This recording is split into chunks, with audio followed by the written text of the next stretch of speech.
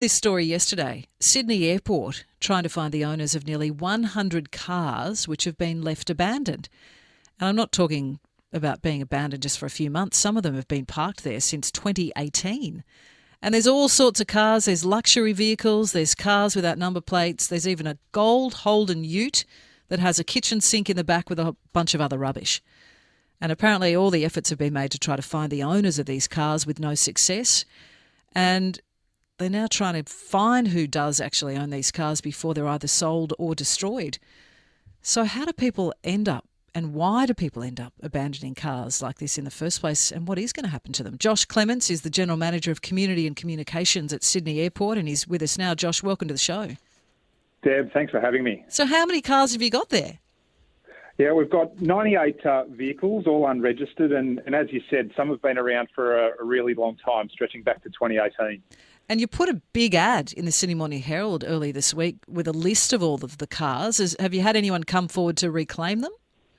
Look, no luck to date. And what I'd say is that taking an ad is really the end of a pretty long process to try and track down the owners of the vehicles. So what happens when we find an abandoned vehicle at the airport? If we can't track down that owner because they're pre-booked, then we hand that information over to New South Wales Police. And New South Wales Police obviously have access to registration information, the VIN number, and they make efforts to track down the owners of the vehicles. And if they can't do it, it's back to us, and we advertise and give people 14 days notice that they've got to come and grab their car.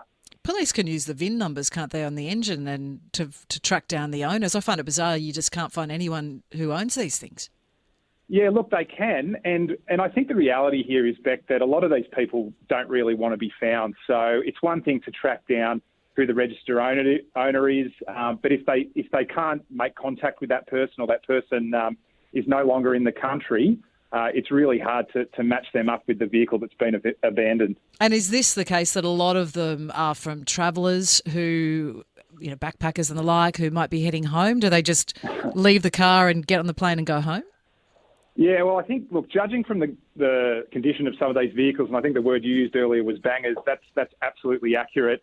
Judging from the condition, we expect that they've probably done a few laps of Australia and, maybe even been driven across the Nullarbor.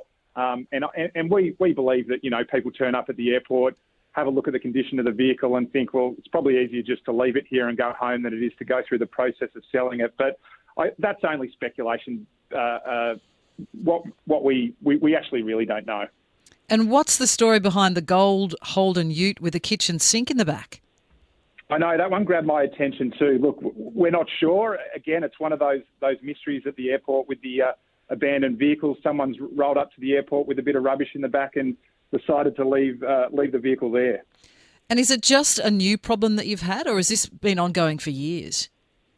No, we average about 1 to 2 vehicles every month, and this particular batch goes back to 2018, and we expect this is probably a problem right around the world with airports where people come into the country, they buy a vehicle, and then when they don't need it anymore, it's easier for them to leave it at the airport than it is to sell it before they leave. So is it just cars, or you've got utes there too, but is there motorbikes? Is there camper vans too in the mix?